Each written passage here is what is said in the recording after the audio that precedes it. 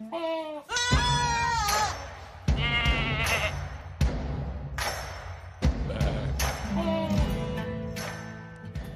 there's a global pandemic.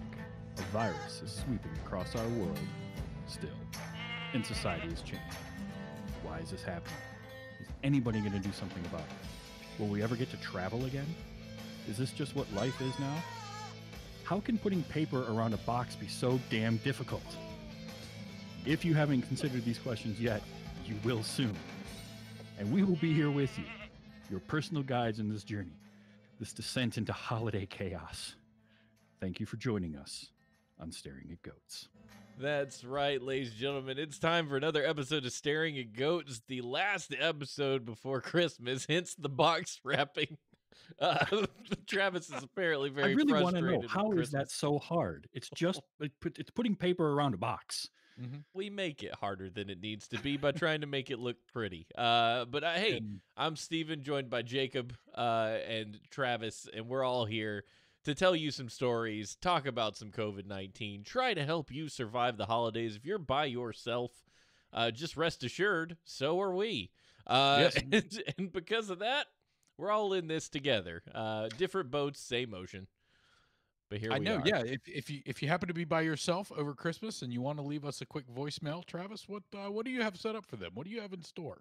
Hey, if you want to, you can leave us a voicemail. The phone number would be 231-486-5401. That's 231-486-5401. Call us, leave us a message. Let us know how things are going with your holiday or whatever you want to leave us a message about. Yeah. Everything. Anything. Tell us how your Christmas went. We need to post that somewhere. We'll put it in the show notes. We'll try to remember to put it in the show notes. So if you're listening on podcast, you can just click it and it'll call Travis. They actually get to talk to you, Travis, or that's just hey, thanks for calling me. Leave a message.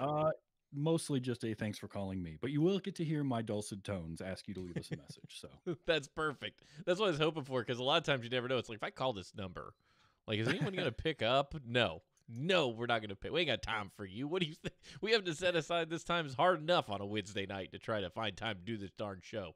It's not that we don't love you, but here we are. But let's dive into it, gents. Let's do us a little bit of roundtable. Let's catch up, see how everybody's been, and on top of that, what are you looking forward to for Christmas?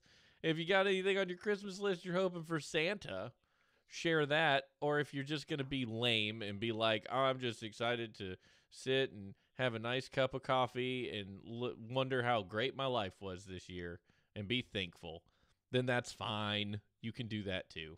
Anyway, let's start with Jacob. How you doing, buddy? Well, reflection is for New Year's, so I'm going to wait until New Year's to do any kind of reflection. Yeah.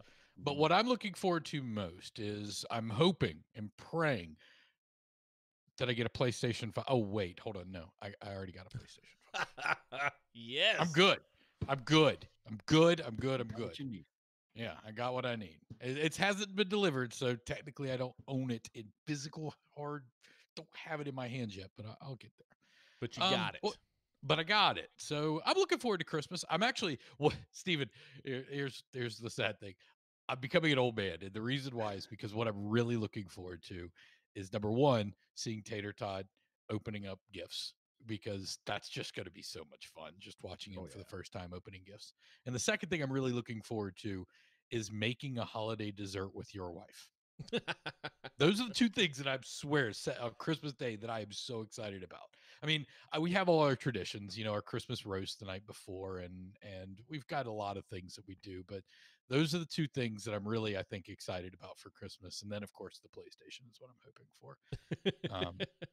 But yeah. So roundtable wise, mini rant coming. So this is a Christmas season, and everybody loves to get together, and everybody loves to have parties and just see each other and just share time, spend time, and love on each other a little bit. And I'm all about this. This is my favorite time of the year. These are my 2 weeks, guys. This is it. I love it. I love the Christmas holiday. Can't get any better than the Christmas holiday. Everybody's in a good mood. Everybody's excited. Things are usually just a real upbeat time, and it's a lot of fun. And you get to share a beer with your friends and catch up and just not think about work as much and just really kind of focus on you and your family and your friends. And so I love it. I dig every moment of it. Which is why COVID this year has completely wrecked our holiday plans. But I'm trying to make the best of it. So I had a buddy come over, not yesterday, but the day before, and we sat out on the porch and we social distanced and we drank a beer together. And oh my word, do I miss that man? And I just sat there and reminisced and just enjoyed chatting, and it was a lot of fun. And he's doing everything he can to try to stay safe, but he's not in the same situation as us, so his quarantine levels are probably a little less stringent than ours, and I get that. And so we social distance, and it wasn't that big of a deal. I have another buddy come over this afternoon and social distance on the porch again, just the exact same way. And he was talking about how he's going home for the holiday, and home to him is about 2 hours away. And I love this guy. This is one of my favorite people. Anthony knows him. Sorry, Stephen knows him very well, and he's a great human being, right? And we sat there, we chatted, and he was like, "Oh yeah, by the way, I got the results of a COVID test today." And I was like, "Good." And he was like, "Yeah, I came back negative." He said, "I got a COVID test so I can go home and see my family." Like, good man. That is a very smart decision. Well done, sir. I said, "Well, when did you take it?" And he was like, "A few days ago," and it was Monday. That's when it was. He said it was Monday, and today's Wednesday, so 2 days. He got the results back this afternoon. Everything was good. So I'm like, "Well, good. You can go home and not have that weight on your shoulders." And so then we continued on the conversation, and no big deal. And then later, I find out that yesterday he was out shopping at various places around the city, and he happened to walk into a restaurant that he had to use the restroom, so he walked into one of his old jaunts that he usually goes to, and he saw a whole bunch of buddies of his that he used to work with, and he sat down and chatted with them for 30 minutes in this restaurant. Oops. And I'm like, Oops. Red flag. Red flag. everything that you just did has been undone in just Yeah. one short window of time. And I love him, and I think he's the salt of the earth kind of wonderful human being. And I struggled with that because I'm like, is this what everybody does? Does everybody just take this test to get this green light at an instantaneous moment in time and continue to live their life? But 2 days ago I was fine, so today clearly I must be fine as well. And I'm struggling with it a little bit today because I'm not sure where to go with it. Well, That's tough. that's a bad deal. It's almost like you get the test, you just keep living, and then when you get the result, that's the day that like it matters. It's like I got the results Right. today, and it says I'm good, but it doesn't cover whether I got exposed 2 days ago, a day ago, And Right. this Tomorrow. yeah, this goes back too to our discussion last week when I think it was Mellows Wonderland asking about why can't I not go home, but I can go to the grocery store. It's letting your guard down. He saw friends. Yeah. It's very difficult to go, oh, guys, I can't talk. I can't be close to you. I can't even really be in here because I just got a COVID test and I want to go home. That's Yeah, hard. exactly. That's hard to do. And a lot of times you're like, oh, I haven't seen these guys in forever. I'm just Surely gonna it go sit won't down and hurt. chat. Yeah. Yeah. Yeah. So, And like, I'm on the sure one that hand, I that's feel what he for him. Yeah, I'm sure Yeah. that's what went through his head. And I'm not downplaying the decision or degrading the decision. All I'm saying is that going home for Christmas is a pretty big deal, especially right now, because as many COVID cases that are happening in your area, if they're like our area, it's pretty high. Then you have to be pretty diligent about what a COVID test actually means. If you're going to travel, in my mind, if you're going to get a COVID test, you need to quarantine after that COVID test to make sure not only that you're good to go home, but that you haven't done anything in the meantime to prevent you from going home. It just means that at that instantaneous moment in time on Monday that you did not have the virus in your system. Mhm. That doesn't mean today it's the same. Yeah. Yeah. Yeah, and that's the hard part to it is that it gives you that false sense of security of, well, I got the test, I'm negative. Right, you were, but Mhm. you still got to be careful. Yeah, and Having gone through that, I can attest to that. Oh yeah, and I'm not saying he wasn't social distance. I'm not saying that he wasn't wearing a mask. I'm not saying that he wasn't taking any other precautions because he probably was. I know him very well, and I'm sure that he was. But what I am saying is that to rely on a test, you have to understand the ramifications of what happens after that test if you're planning on traveling. Yeah. And that's my only word of caution is that don't just use a test blindly and say, well, I got tested a few days ago and I was fine, so I'm good today. That's not necessarily the case. And I think that was what was rolling through my head. Yeah. Traveling to visit elderly parents or whatever too. Like Mm-hmm. that's like, oh man, I better be Yeah, and then very, very, very careful.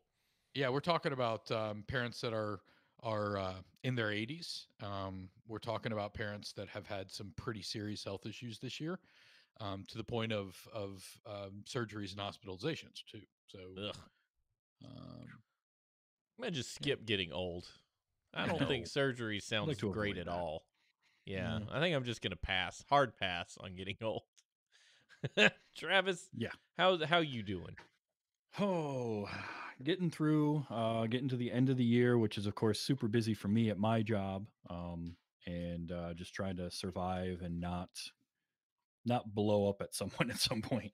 Uh, I'm way too reminded of back when I was in retail.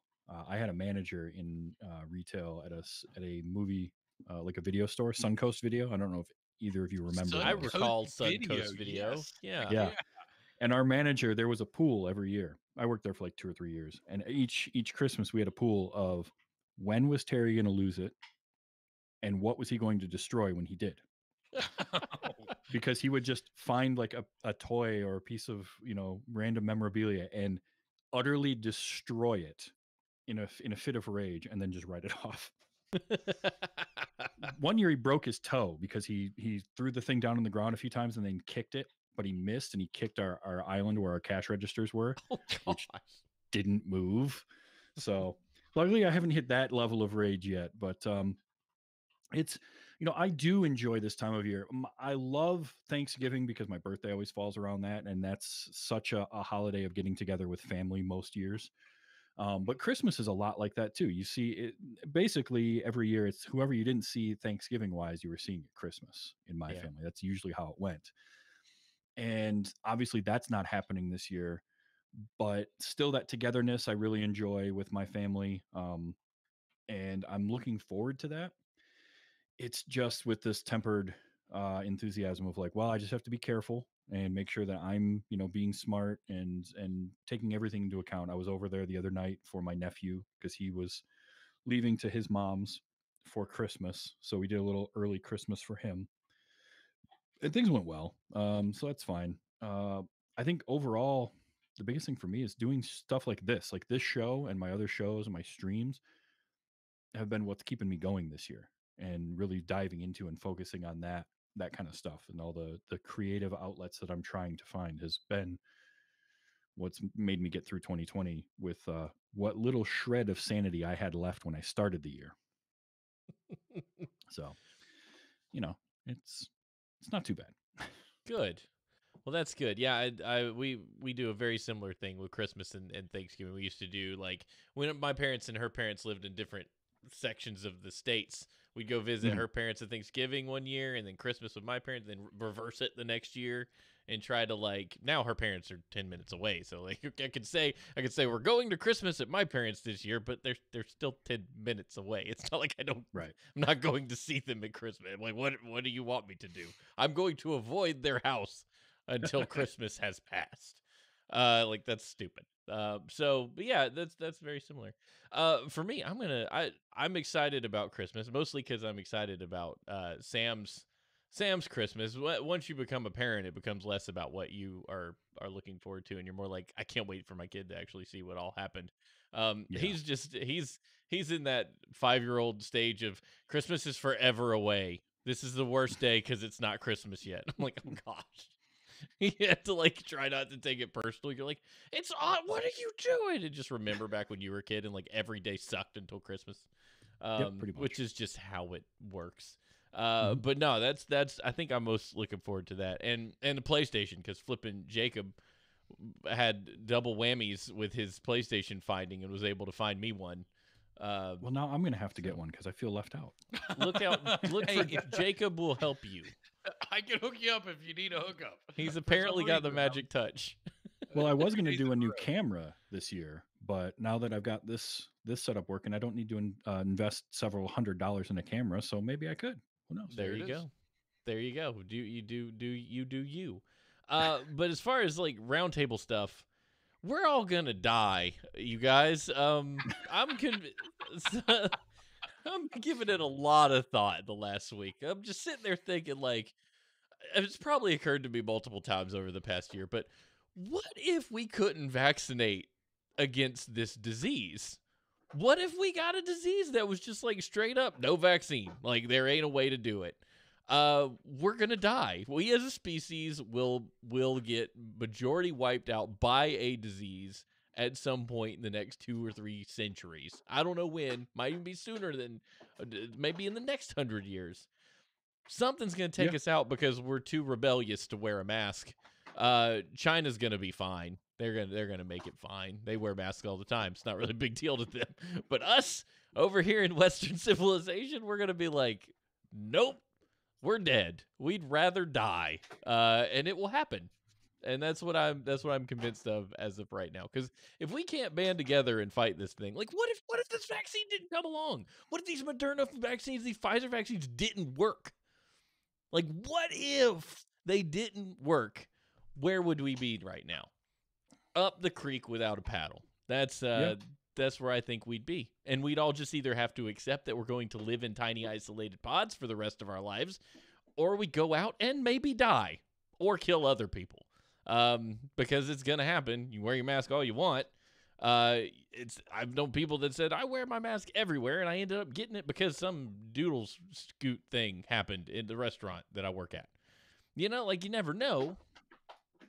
Safety first. But yeah, it's absolutely. I don't think that we have a hope in the world.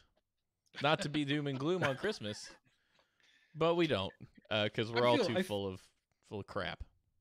I feel slightly more optimistic than that, but you're also not wrong. So it's like it's kind of tough. Look, one of us has to break people's hopes and dreams. All right, I volunteered this week. Okay, I am volunteering as tribute. I will volunteer as tribute. I think, yeah, I got to say what Travis just said. You're not wrong, but there have been a lot of cases of very, I guess, esoteric type of diseases and viruses and things that have come along over the last 20 years or 30 years in different populations, some in neonates and some in the whole populations and some in very specific regions and in Africa and some in the Middle East. And I mean, there's been lots of things that have happened over the last 20 years. And you could argue why all of these are kind of coming to light right now. And there's a whole different groups of people that believe different things. But I will say this, what's interesting is that, you know, we just keep getting outfoxed. So science comes through and comes up with a vaccine, and then they wait for the next thing that comes along and then immediately respond to that and hope that some of the research that they've done over the last 30 years, the mRNA stuff, will come to light again and actually be useful in the fight against the next vaccine. So it's, for me, it's a plug for continuous research here, because what we're trying to do is create different methodologies for doing things and different ways for doing things, so that the next COVID that comes along, we can apply this brand new technology that hasn't been released by the FDA to this new disease or virus or whatever it may be. Sorry, I had to sneeze immediately when you stopped talking. But yeah, no, that you're right. I think about the localized stuff, and I think about Ebola. You have a recovery from Ebola where you're like, oh, well, that happens and breaks out in all kinds of areas in Africa, and it doesn't explode all over the continent. It's because they have a healthy fear. If we had Ebola here, we'd probably clamp that down pretty quickly. Because if you say Ebola, even Americans are like, heck no, I don't want to bleed out my eyeballs. Right. But if you say COVID-19, they're like, what? People sneeze and like get a cough? Whatever, dude. I get that every week. Like that. I mean, that's not that fearful. If COVID had you bleeding from your anus for 3 days straight, people might be more concerned. But they would have Yeah. to have had it and bled from their anus, and then they would be like, okay, I get it. Which is kind of what's You know- happening now. Yeah, but that's the scary part is we're not taking this one seriously enough, and it spreads very quickly, and it lasts a couple of weeks and all that kind of stuff, and we don't know the long-term effects of it yet, and we're not taking it seriously enough. What happens when that super virus comes along that is like Ebola on steroids? That's where we're screwed comes in, because Yes. we are not prepared mentally as a society in this country, or in the West really, to deal with that. The We're just not. next time we get a disease that we don't fully understand or that feels new, I don't care if it's truth or not truth, just tell everyone that one of the symptoms is your balls fall off. Or erectile dysfunction, something like erectile that. dysfunction. Problem solved. Yeah, chemical castration occurs when this happens, and your butt actually implodes. You get rectal prolapse. You get, Oh, you bleed I don't from even your like hearing ears. that. Right? So you hear, oh, this makes you more prone to rectal prolapse. We better tamp that thing down. I saw a picture of a guy who was bleeding from every orifice. We better shut this thing off. You don't come out and say, well, some of the symptoms are runny nose, fever, cough, and then hope that everyone's like, shut it down, because we didn't. Because it's not that scary. Runny nose, fever, and cough is not that scary. Dying is. Dying's pretty scary.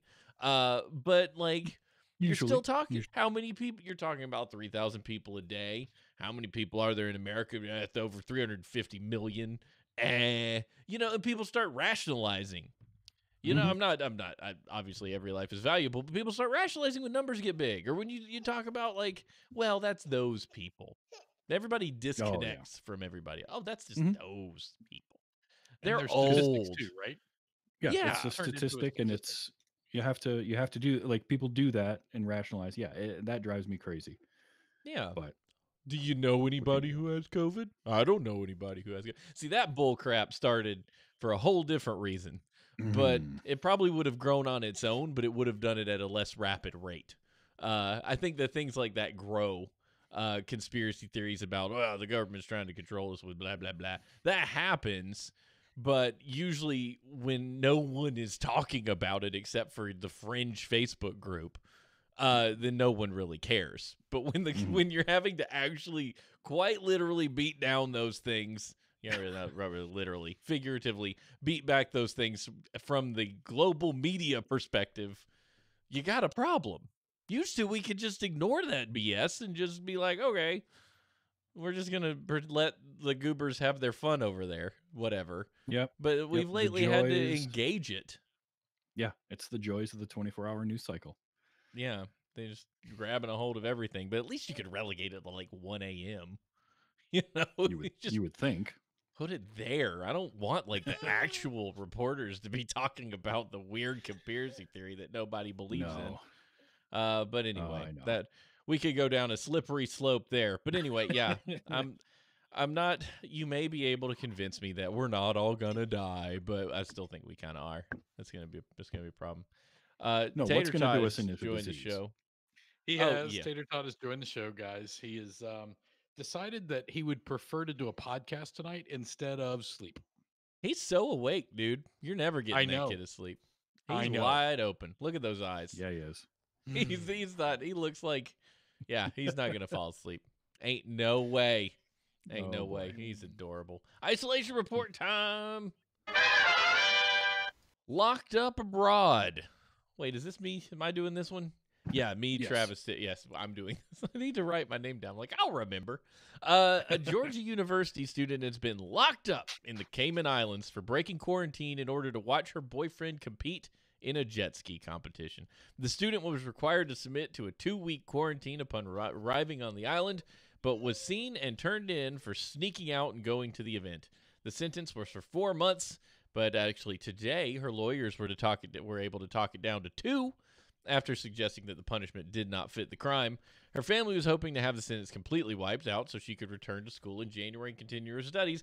But life has consequences. You made a mistake. You broke the law, and now you're in trouble. And it doesn't matter how good of a student you are, how much trouble you haven't been in before.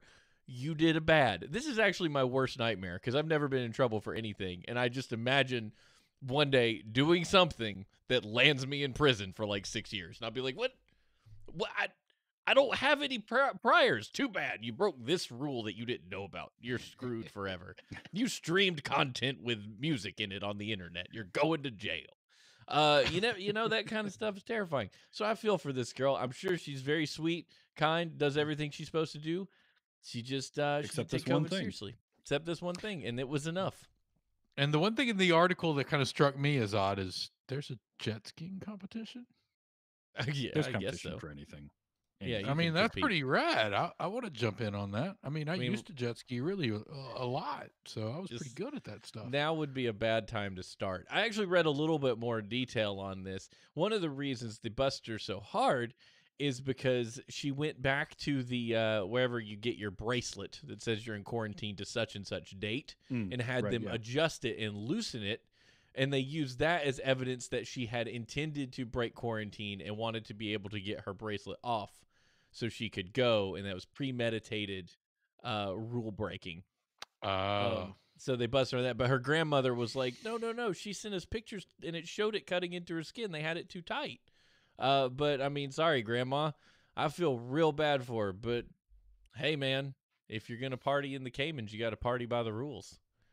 And you didn't. I think Yeah. her boyfriend's in trouble too, but I don't remember if he got sentenced. Nobody really cares about him. I don't think he got sentenced, but he definitely got in trouble for kind of aiding and abetting. I think Aiding and was his- abetting, that was it. His crime. Now in Cayman Islands, is that where they make you poop in a hole and like you work hard labor in the yard, or is Cayman's like you just get put in a drunk tank for a couple months? Honestly, Like I how don't know. does Cayman don't jail work? I just assume if you're abroad and you go to jail that you are going to have to poop in a hole and break rocks with a small hammer. That would be terrible for the hemorrhoids. Oh, don't talk about it. It hurts my butt just to imagine it. I wonder what is Cayman prison like? We'll have to look that up. I don't We should know. look that up and have something for that for next week. Ooh, Yeah, there you go. Or follow-up. if anybody has, Yeah, or if an anyone has spent Cayman any time in a experience. Cayman Island penal colony. We have such a large group to reach out to. I'm sure we have Send us a someone. voicemail Yeah, or an call email. us and let us know about your experience. You know what? Honestly, just make it up. Like I don't even care. Just Please. tell us a good Just story. anything, whatever you think a Cayman Island Gray Bar Motel was like, let us Yes. know. So weave a tapestry that is just a gorgeous, wonderful story for us. Please do it. The first case of COVID-19 hits Taiwan since April. Taiwan's world leading run of 253 days since its last local COVID-19 infection is over.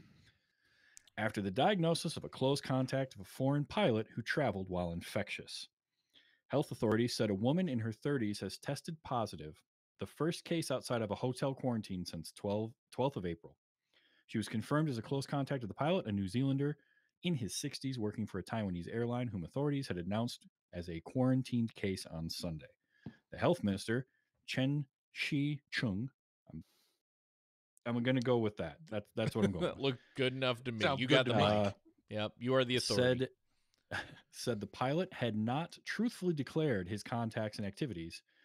Statements from health authorities suggest they believe the pilot contracted the virus in the U.S., flying 3 more flights between the U.S. and Taiwan and moving around Taipei while infectious.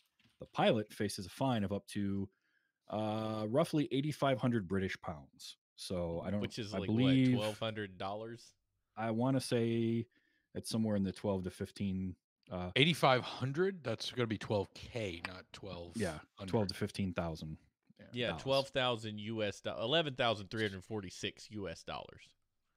I was close. I was real You were. close. Yeah, Well, Price is except- right. did you say 1,200 or 12? I said may have said 12,000, didn't I? I think you said 1,200. I was like, ooh. Well, that's I that's mean, for because look, that was a 1200, I slip just of the tongue. Okay, I was more right in my mind than I was with You my there were you go. face. you were right. Yeah, yeah. Yeah, so yeah, 253 days. That's impressive number to get through without an infection, and then some jackass from New Zealand ruins it all. Bunch of buttholes. Hey, you want to know something crazy? I saw a picture of somebody who took a picture of a grocery store in New Zealand that was packed and nobody had a mask on. You want to know why? Because they don't 'Cause have they're any niggers. COVID in New Zealand. Not a single case. Not a one. Zero. Nada. They're at the It's grocery because store doing yeah, the well, the things, virus living doesn't their spread life. to sheep. Oh, you're terrible. There's That's more your. sheep in New Zealand than people. I There is know, a but there's lot of about to sheep. be more people when I move there to get out of this just ridiculous situation. They won't have you, Steven. I know. I'm a dirty American. I want to go back. I want You're- to go to New Zealand. I want to live in a hobbit hole. Speaking of dirty Americans, Mm. I don't know. Good segue.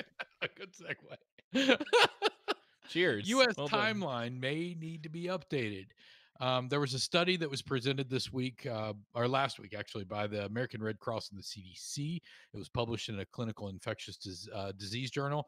But it was looking at the U.S. blood donations for COVID antibodies back in December and January. So they looked at archive samples of blood from last year from a number of different states. It was from California, Oregon, Washington, Connecticut, Iowa, Massachusetts, Michigan, Rhode Island, and Wisconsin. And they were looking at it between December 13th of 2019 all the way through January 17th of 2020. And they found COVID antibodies in all 9 states. Now, the relative number of antibodies was really, really low. So they did not think that the virus was very widespread. So it was probably more of a sporadic type of thing. But it does show that there were antibodies back in December, which goes against the timeline of the first infection in January of 2020. January 19th was the first infection reported in China in 2020. So we may have to update and try to figure out exactly what happened in those early days because I'm not sure that the first reported case was actually the first reported case. I think it was the first reported case that we understood what it was, that it was Yeah. something new and novel. It wasn't something that was potentially the flu, as maybe symptoms had suggested. Or And that it- was we the first reported. I was just gonna say was that the first reported case in the U.S. or in China on January Oh, 2020? Because that might I have been thought the U.S. because that was the I think that was Washington the guy. U.S. Yeah. Yeah, yeah. You're right. You're right. Because that was Yeah, coming off the boat from Washington, right? Hmm.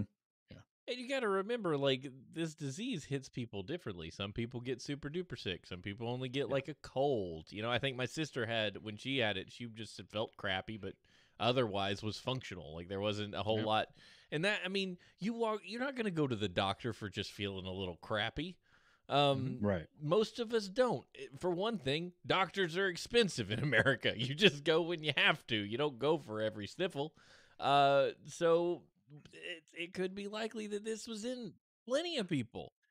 We just hadn't seen it to the degree that we got to see it once it hit nursing homes and started ravaging the elderly. That was when things really started to show up as, oh boy, this might be bad. Because we could start to define populations that were being more affected than others. That's right. And you end up having a whole new discussion. But speaking, I mean, of whole new the number of discussions- cases were relatively low then. So Mhm. even if you did have a significant number of people that had died, to put it into a flu-like bucket, I don't think would have been wrong at that point because the flu has been around for so long. The symptoms are fairly well known. They overlap significantly with COVID-like symptoms. For researchers to say yes, or not researchers, but for clinicians to say, yeah, I think you have the flu, as opposed to confirming that they have a flu through a flu test.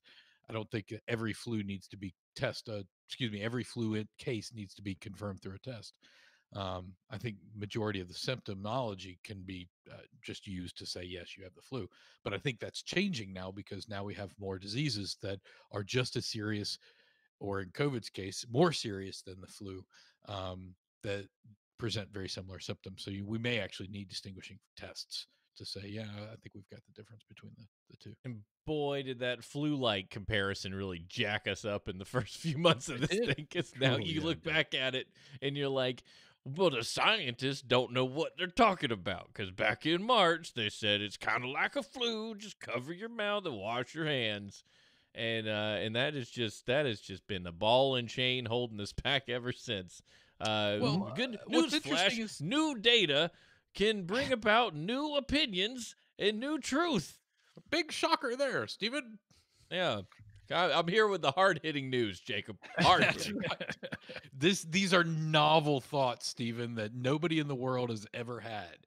No. Stephen Adams, we can quote him as being the first, baby. He's priming got the it. pump for a great future. You got it. I'm ready. No, and it's hard to not throw it into a flu-like bucket because back then we were like, okay, it's got flu-like symptoms, so it's probably something similar to the flu. We didn't understand the death rates. We didn't understand the severity. We'll talk about this more kind of in our year wrap-up next week, but I don't think we fully appreciated what it was because 30 years, 40 years, 50 years of dealing with the flu over and over and over, we kind of get lulled into this, oh, it's probably just the flu. We don't need to confirm it with a test. Treat it this way. This is how you do it. Just go on your merry way. But now I think our eyes are wide open. We don't necessarily have the luxury of saying, oh, it's probably the flu. Just take some Tamiflu and stay well hydrated and get some rest and call it a day. Yeah. Mm. Whole different disease here, buddies. Yeah. But you know what? With whole different diseases, you need to create whole different ways of entertaining yourself when you're stuck at home. Because daytime television, The Price is Right just won't always cut it. So we have a new game for you. That's right. For those playing along at home, COVID the Home Game was created by 4 sisters in Germany so they could enjoy the pandemic while quarantining inside. As if we didn't need more to fight over, let's introduce a coronavirus board game. The game sees each player meant to collect groceries for an elderly person who is stuck at home. The players must collect the items while facing penalty cards such as hoarders and anti-maskers. If the player contracts the virus, they must quarantine for a period of time. The game developed during the spring when most of the world was shut down to flatten the curve, if you remember that. So this is really cool. They actually use life, like real life news stories to generate the cards. So they've worked through, watched how COVID's played out. Like one of their cards is an Italian balcony music session. To like, I don't know what it does, what effect it has in the game, but they use that event. If everybody remembers, back when all the Italians were stuck inside, there's like one group that got out on their balconies, each with a different instrument, and played music together. To try and weather the thing. That was back when we all loved each other. It was a different time. But yeah, so It's a these simpler time. It was. These girls have created this game. They're selling it. It's selling like crazy in Germany. They are actually a small family-run business at this point, but they're having trouble keeping up with demand. The coronavirus board game is really taken off. I would be down for playing it. I mean, I hate Steven, that I it think we exists. need to order it. We need to How do order we it. get it? I don't even know how you ordered it. I'm not sure, but I thought it was my favorite part of that story was reading about, the girls came up with it. They kept building it as the news stories would come out, and their dad was like, "This is really cool," and hired an artist to come up with artwork for the game, and they started selling it themselves. And now there was like a toy store that was also being a distributor for it. I mean, this is a really cool story They've signed for the they've Schwaderlap family. sold 2,000 copies. That's right, Schwaderlap. The Schwaderlaps have sold this game. I think have we no need to doubt it'll throw come in. across here. Steven, we need to we need to be the first ones here in America. Let's get a COVID-19 game. We probably won't be the first ones, but let's say we're the first ones because why not? We've got the mics here. And if you have one out there, send us a voicemail at whatever the number was Travis mentioned earlier, or an email at staringgoats@podcast@gmail.com. Yep. We'll be the first COVID-based podcast group of 3 guys to get one of those games. Hey, So, yeah. Hey, so Steven, I've got a hover cam here, so I could potentially get it. Put the hover cam over top and play. I'll move all the pieces, and we can remotely Zoom call a game this way. What do you guys think? I love it. I love it. I love this idea. We It need needs to to make happen. this happen. Yeah, I need to think find we out where need to to get an figure this English out. version. Uh, that. I mean, we could. I was sure we could figure out the 75 syllable German word that means Italian balcony music play thing. Oh, yeah. That or you just play the entire game with Google Translate on your phone. Yes, There please you read these go. words. The Flarkenstockenlügen. It's like, wait, what? I don't know any German. Das ist It's nein. a very guttural language. It is. It's It very, is. And you're it is not very wrong with the aggressive. long words that mean an entire phrase. My favorite being Backpfeifengeschichte, which What is is a it? face in need of a slap. Backpfeifengeschichte. And it is a Speaking of face that, in need of a slap. There, I we had love a buddy, Jacob and I have a buddy that used to do UI design for a video game company. That was like his primary job was a UI designer, developer. And he said that the Germans, when they would try to localize for Germany, none of the words would ever fit in any of their Oh, no. their concepts. So the Germans would be like, just stop. Just don't do it. We all read English. Just forget it. Don't localize it for as Germany. We're done. No. You're breaking it. The So, language, not the game. That's what's interesting. I've over the last few years, I've spent a lot of time on the phone with folks from Germany and folks from France and a lot of the European countries. And every time somebody looks for a word, this week it was curfew because somebody from France was telling me that they're under curfew, but they didn't know the English word for curfew. They knew the French word. And so they kept saying the French word. Is like, I wish my English was better. And I'm like, whoa. Under no circumstance can you ever apologize for your English being poor. Your English is so much better than my French. It puts me to shame. So stop apologizing. You're fantastic. Yeah, they're Yeah. like they have an entire conversation using every science word that English has ever come up with, talking about all kinds of casual things. They miss one word and they're like, my English isn't good enough. And you're like, shove it up your butt. Like you're amazing. I know, right? I just Right. and it's funny because all European countries they speak a lot of different languages, and so very rarely do you go to a European country where you're not faced with multilingual people, and you're like, Or at here in least America we partially use multilingual. English. What's Yeah. that? Even if somebody isn't fluent in French, they'll know enough French to get by That's right. when and they live in England because they're close enough. Where They might You know, have to drive through France. right, Yeah. exactly. I always steal from The Fifth Element and just tell people I speak two languages: English and bad English. That is good. That is really good. I too are English and redneck English. Yeah. It's very similar. Oh boy, run Rudolph. So I just how do you get home summarized. safely? Yeah. Yeah. How do you get home safely for the holidays? According to the CDC, you don't. Basically, the guidelines are the safest way to celebrate winter holidays is at home with the people who live with you. So don't go anywhere. Now, that's going to obviously have caveats. What we talked about earlier with if you make sure that you get tested, quarantine yourself ahead of time, you could probably get away with it. I would say the suggestion is simply try not to if it's at all possible. As hard as that is, and we've talked about that a lot recently, it's just the best thing to do. You know, if my parents didn't live 10 minutes down the road from me, I wouldn't be seeing them for Christmas. Yeah. Not because I don't Same love here. them, not because I don't miss them or anything like that, but because it's not worth the risk between here and there of causing an issue. And it's not it's tough, but you gotta knuckle down and do it so you can do next year Mhm. and the year after that and so on. So yeah, that's pretty much all I got there. But that's the CDC saying don't travel if you don't have to.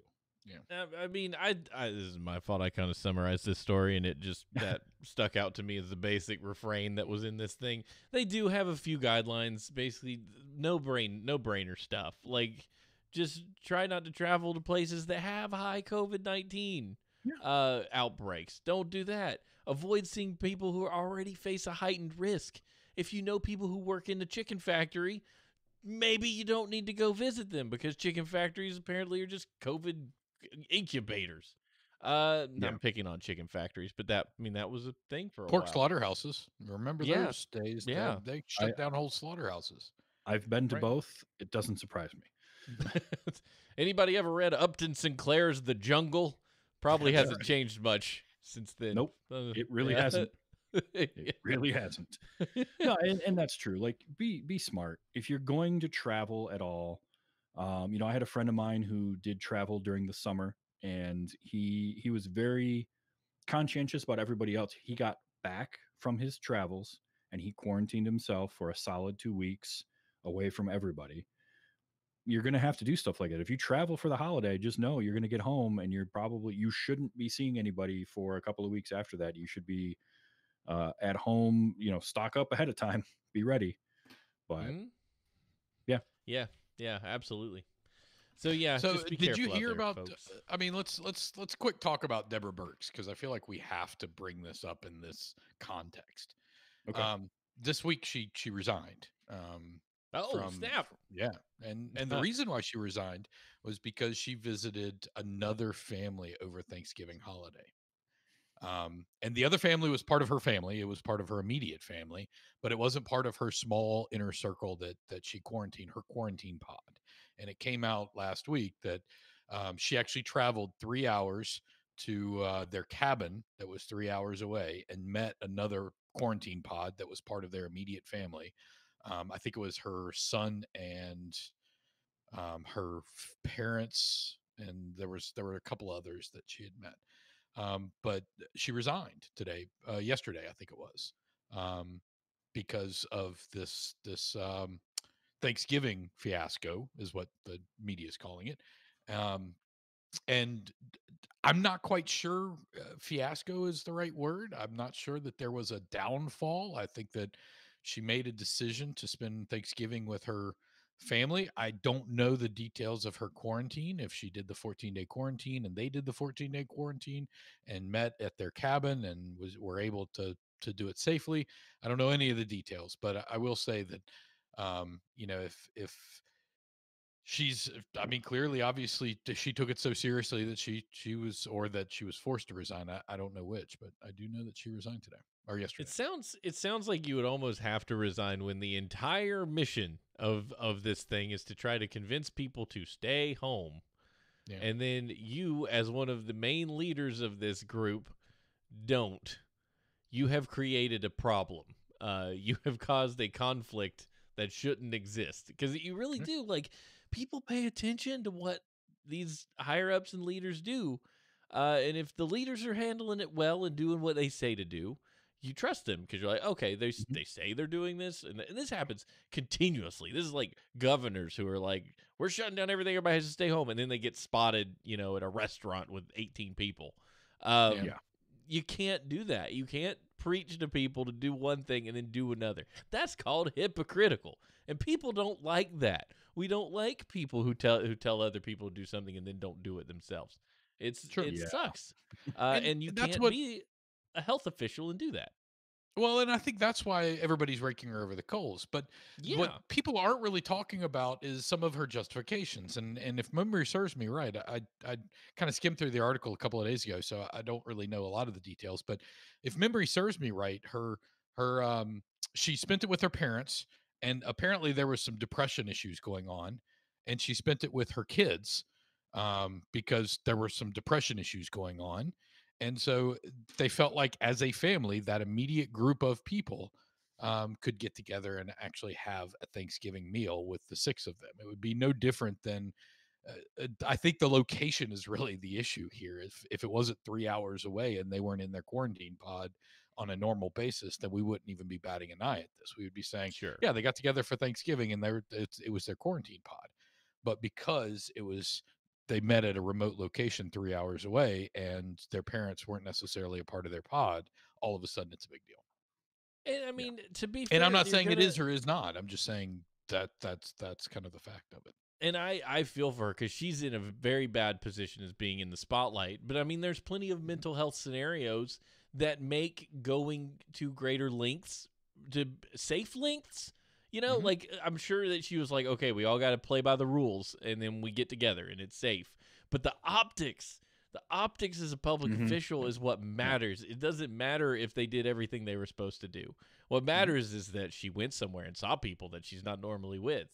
And I mean, if my kids were depressed or if my wife was depressed, we'd do something else. Be like, okay, sacrifice is about to have to get made. We're going to do it as safely as we can, but we're going to have to make some choices. Because it's also not worth living in what is the deepest, darkest cloud that we can have as humans of depression and not do anything about it. That's not an acceptable solution either. So I feel if that's the case, I certainly feel for her on a personal level. Like you gotta take care of your people, and to heck with the job. You know, she'll get another one. Oh yeah, it's 100%. just. I mean, it's an unfortunate scenario where she's in the public eye. That's the only thing here that really is the bad edge of that story. Yeah, I'm glad you brought that up, Jacob. kind of feel like I mean, a Donnie seriously. Downer on that one. No, you were, but no, it was good. It was good because we're talking staring at goats. If we didn't talk about the resignation of one of the main health department COVID people, Advisors, then what would we be doing? We'd be missing something critical. So thank you for bringing it up.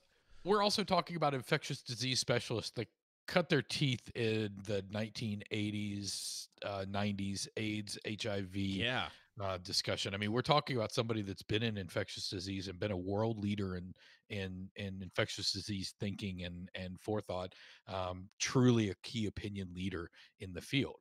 And for her to resign this week is definitely a blow to the overall, I think, thrust of our efforts in coronavirus and our response. I don't think it's a good thing. I think it's a bad thing that she is resigning because she is definitely a thought leader here. Yeah. People may have bad opinions about her because that doesn't necessarily line up with a red or a blue position. But I think we're losing somebody in that task force that has years of experience and years of dealing with this shit. You don't have that, and they do. We need her.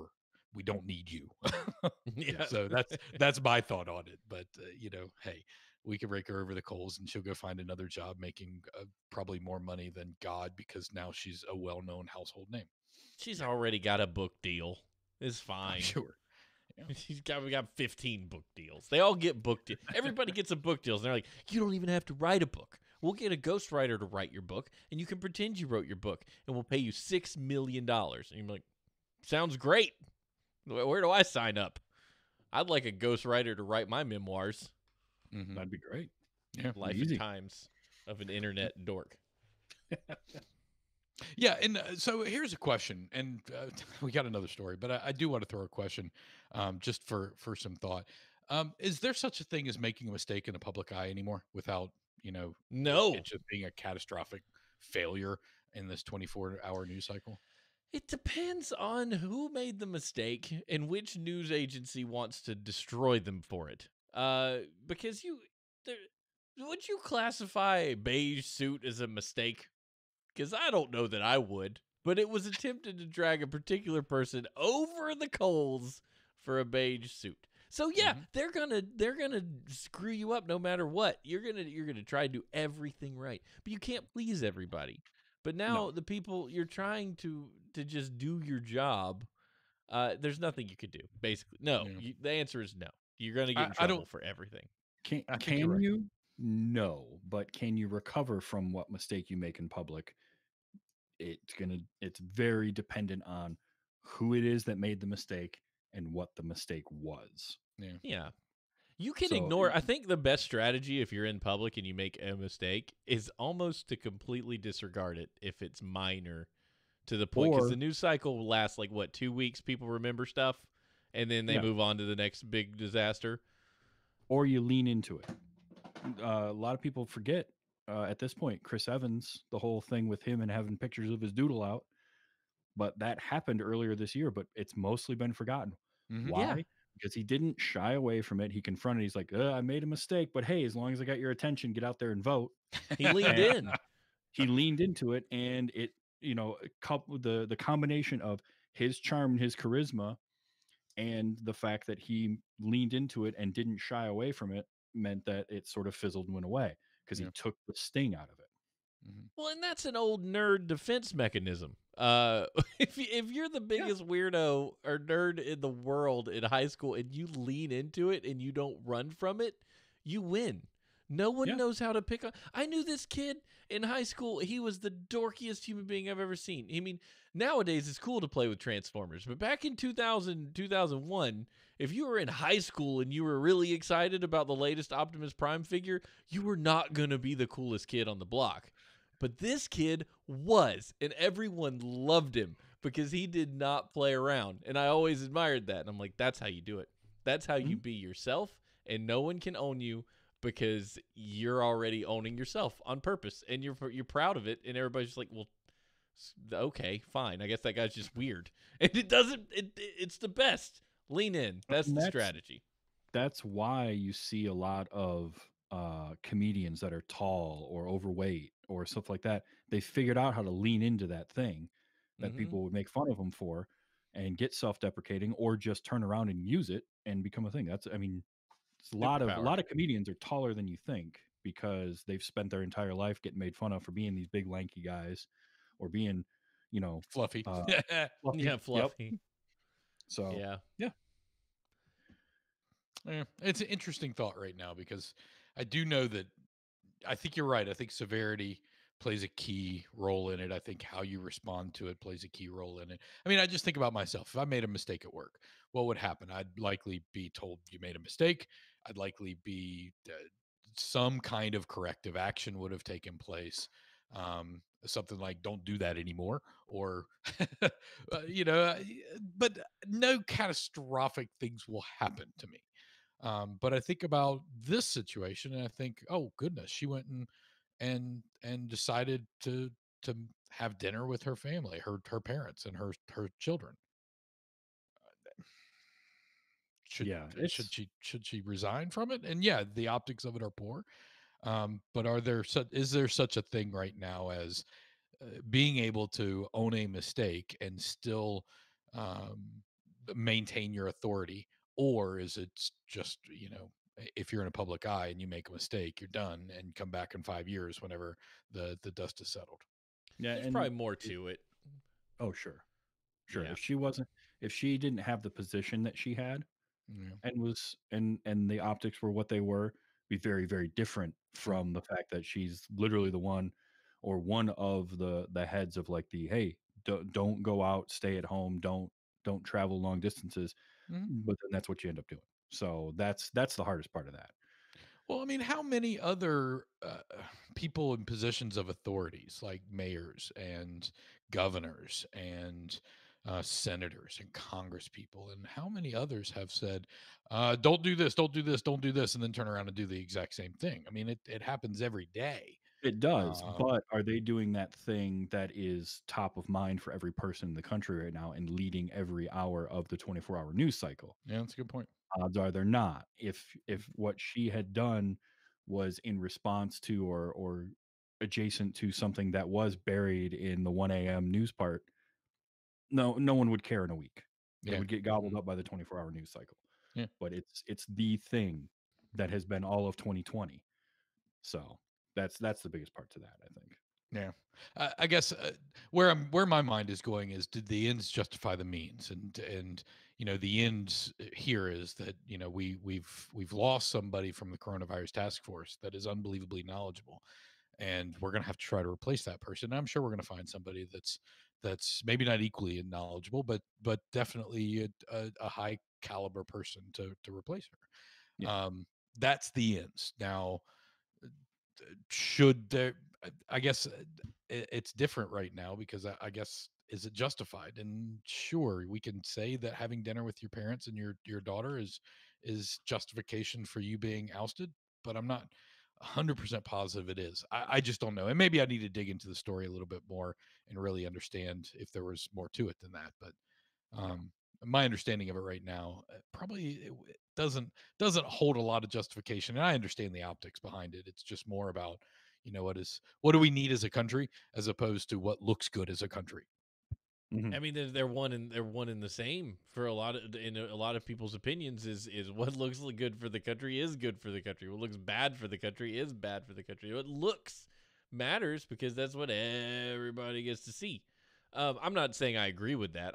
If you ask Yeah. me, like, do I think Dr. Burke should have resigned? No. I think a week from now nobody's gonna give a flip. But she probably has more than just that reason to quit. Um, like I don't think that it's just this that she's like, okay, I'm gonna bounce because I got caught. I Yeah, think I it's more mean, like I'm gonna bounce because I'm just real tired and I've been dealing yeah, with this for Ace a year.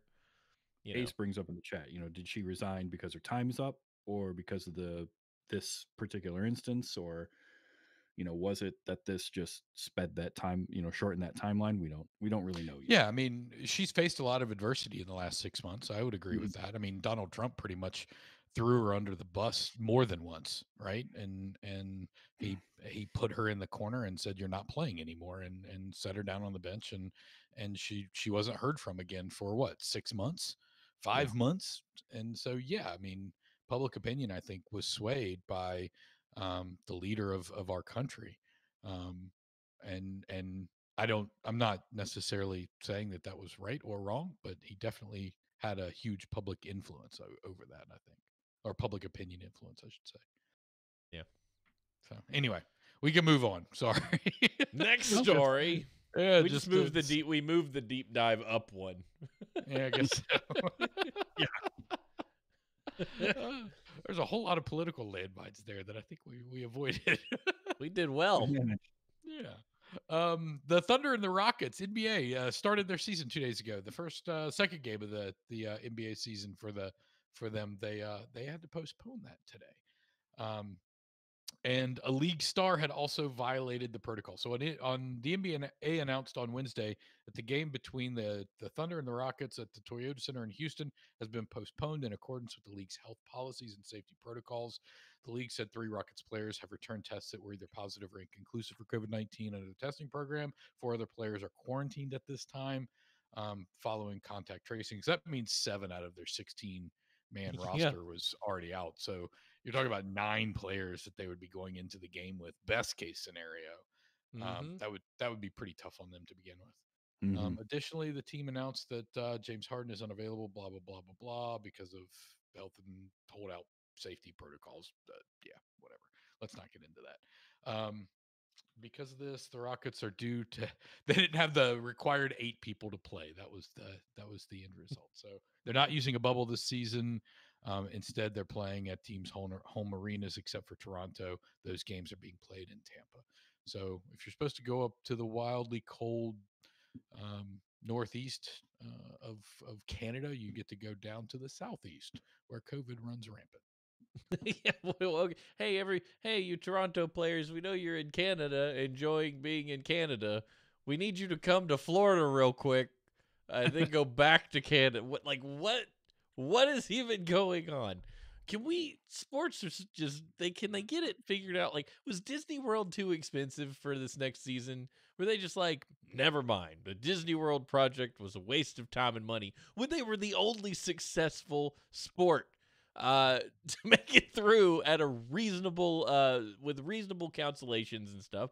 They seem to do pretty flippin' good hanging out in Disney World in their bubble while every other major league sport was just like, we can't keep things rolling here. We're falling apart. You know, these guys are getting sick, those people are getting sick, these games have to end. The NBA was a model, man, Yeah, It and they're was choosing not to expensive do it. model, but a model. You're it right. was expensive. It was short term. They basically did 8 games and then the playoffs. So it wasn't Okay. a full season in the bubble. It wasn't perfect. They did have people break bubble protocol for one Chicken reason or wings. another. Yeah, Yeah, and mostly because of chicken wings, but I think that just Strippers. comes out because it's such an extreme case. But I don't believe that it was a widespread issue. no, I it believe wasn't. that it It was a certainly wasn't very widespread. singular thing. It was. I think there was that one. There was somebody left the bubble to pick up like Uber Eats or something. Yeah. I don't remember, but it was certainly the most successful, but it was never going to be a full fledged season plan because they knew that it just wouldn't work. You couldn't keep and it wasn't the entire league either. They only invited basically 20 teams. Yeah. So they left Okay. a third of the teams home. The NFL has done better than I expected, um, given everything that goes on with that sport in general.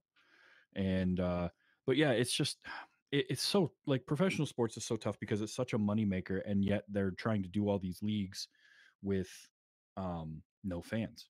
So they're Yeah. losing revenue there. And I think are the NBA games? Do they have? Are they were having fans in the stands for these? I thought. I I think it could be depends on wrong. the states. I haven't paid attention enough. Yeah, I mean Uh, it's like the NFL right now. If the yeah, NFL, if you look at the 49ers, they've moved their facilities. Where are they playing? They're playing in Arizona now for all their home games yeah. because Well, the county banned contact sports. yeah. Um, which that makes it a little tough to play football, but it's such a tricky one because the NFL and the NBA, there's such a close contact sport, whether or not it's like just the way that it's played, that it's a really Mhm. tough one to do. I don't know. I don't know how you get through an entire 82 game NBA season if we're already postponing games too. Yeah. Yeah. I mean, And the even problem Major too League is Baseball did okay I with their thought the short Major League Baseball did great all the way up until the last game of the World Series. what Yeah, was that one well, you were upset about, Jacob? I can't remember. What happened in that one that made you so you angry? can't remember the Yeah. COVID something Justin Turner. pictures. Justin Turner. Yeah. uh, Uh, yeah. Well, I mean, you look at basketball is a very different sport from baseball and football and soccer, and I mean, it's played in indoor arenas primarily, Mhm. and that all by itself causes significant issue. Because if we trace back all the reasons that you can get COVID, being inside for a lengthy period of time is one of them. And the NBA is going to have that problem, probably to greater lengths than football. Like football, yeah, sure, it's a contact sport. You're landing in piles of each other, but you're also in well-vented areas when you aren't in a pile of people.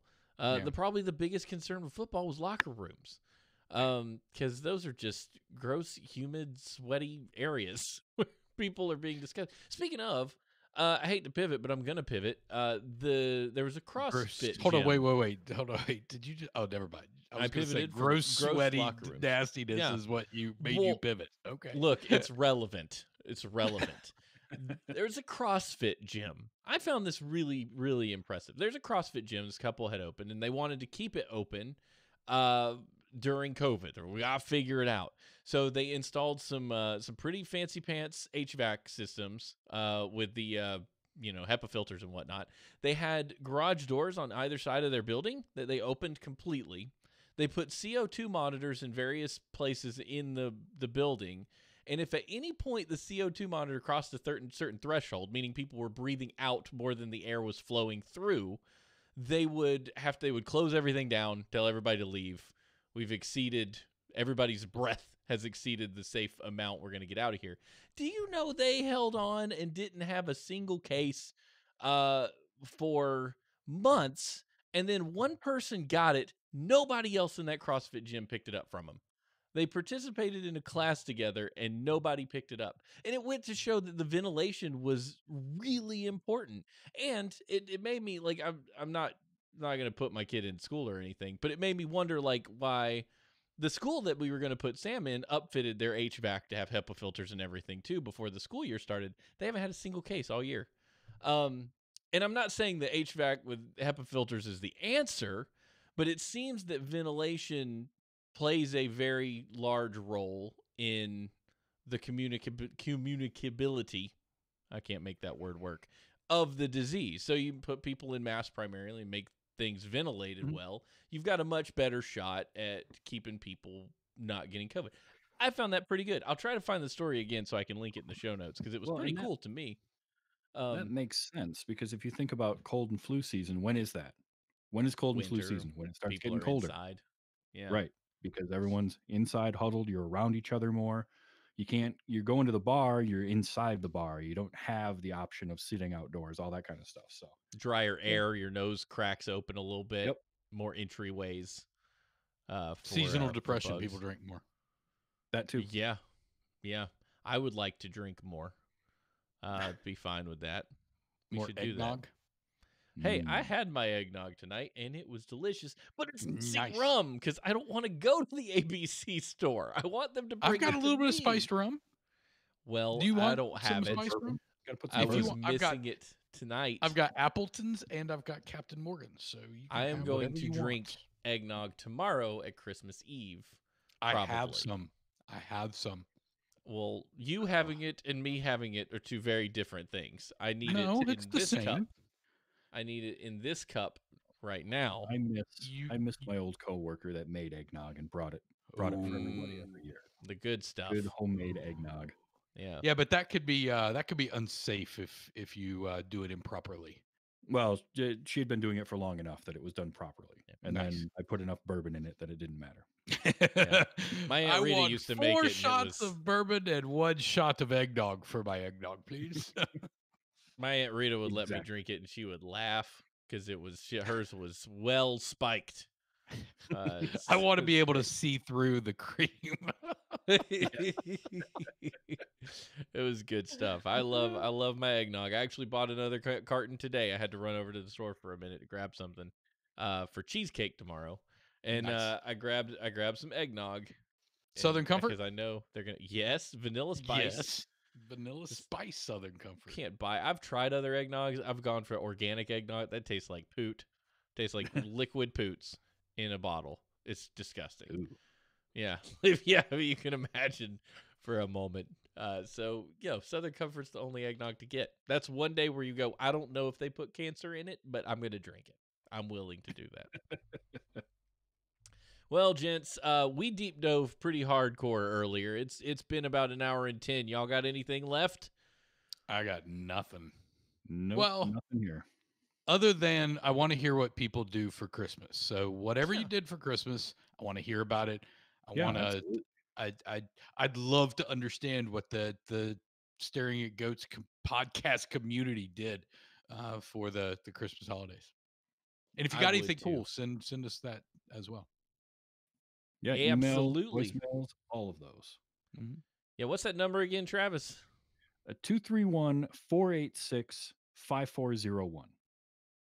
Remember when we had to remember numbers? Like you had to I bet you talked to a kid there like you had to remember like 10 digits and you could do that and it was easy. I'm like, I can remember far enough back when you didn't have to remember the area code because you never called anybody right. outside your area code because it cost extra. Right. Oh no. We used what was that? The dial 9 cents a minute thing they did for a while. 10 220 220 or something like 10 220. Yeah, one of those. I can't remember. It was Buying great. the long distance calling cards, all that fun Oh stuff. yeah. When the only reason Stephanie and I had a 5-year long distance relationship when I lived in Florida and she lived in West Virginia, we were both going to school, and the only way I could get to talk to her was AT&T's after 9 o'clock minutes. You could call on your cell phone after 9 p.m. and you could talk for free. So every night, 9:01, I called Stephanie. She called me every night. If we're gonna be somewhere else, like I'm gonna be late getting to the phone. Okay, you can be late. I'll just play WoW for an extra 30 minutes. Now it's them I'll were the play days. Cyberpunk for an extra 30 minutes. Oh, if you think I'm not turning that on, we get off the show for the next 30 minutes. You're crazy. 30 minutes. Shoot, I'm going to go do at least a quest or two, which means that it's going to be 1 in the morning by the time I get back to bed. But Jacob, why would you play the game when it's so much trash? It's such I a love trash it. heap. I love Why would it. you It do is that? So flippin' good. How Forget. dare you have whatever. fun on Trash Pile Whatever. Game? I'm Stupid. absolutely loving it. I'm having fun. It's a wonderful game. Oh, I'm enjoying my time. Samesies. Good. I'm having a Good. blast. Thank you, Travis. That's what I like about Travis. Travis, like, you're having fun? Excellent. That's great. Keep It's having not fun. like, why are you having fun? What is wrong with you? Do you not know the game is broke? Well, do you not know that your brain is broke for expecting me to be as upset as you are? Like, what in the world? Anyway, for I mean, those who most aren't of the well breaks, versed in it, it's a I've actually thought some of them were funny. I mean, there was one thing that happened to me last night. I had caught a sniper up in the corner over here, and I shot him, right, and I ran up to collect his weapon, but his weapon was still pointed at me, and he was dead down on the ground, but his weapon was still pointed at me, and I That thought it happens was a lot. beautiful. I just chuckled, and I went, "Yeah, it's you lean into it, you just laugh at it. You go pick Yeah, up the broken. gun and realize that it was a great sniper rifle." Yeah. There This you go. game is Cyberpunk 27. Everyone who says it's broken is absolutely right. They are absolutely right.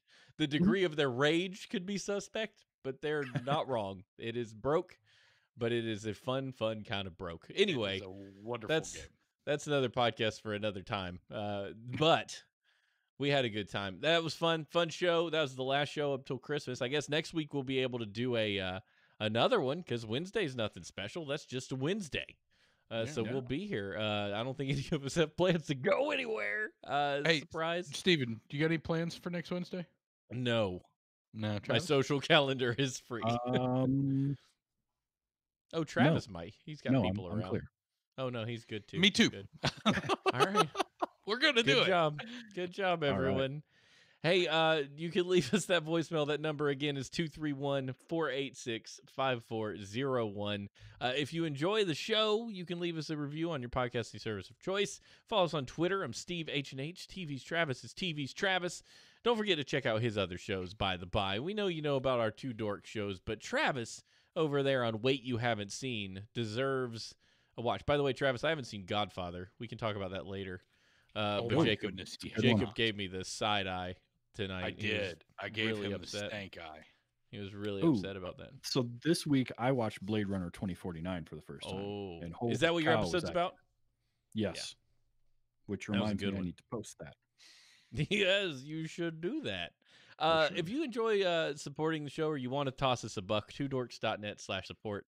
We'll let you subscribe as a patron, and you can just put in $1 a month. It'll just come right off your credit card or PayPal or whatever, and it would be great because we would feel like we got tipped, and that would be fun. We're just minstrels on the sidewalk playing our guitar, hoping for bucks. And you'll join our fellow patrons, Hammer Dwarf, Og, Adam, and Christina of Geekheim, Oddly Normal One, and our parents in supporting what we do at this crazy show.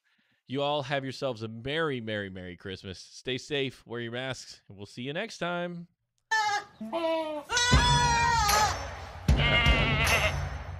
Man.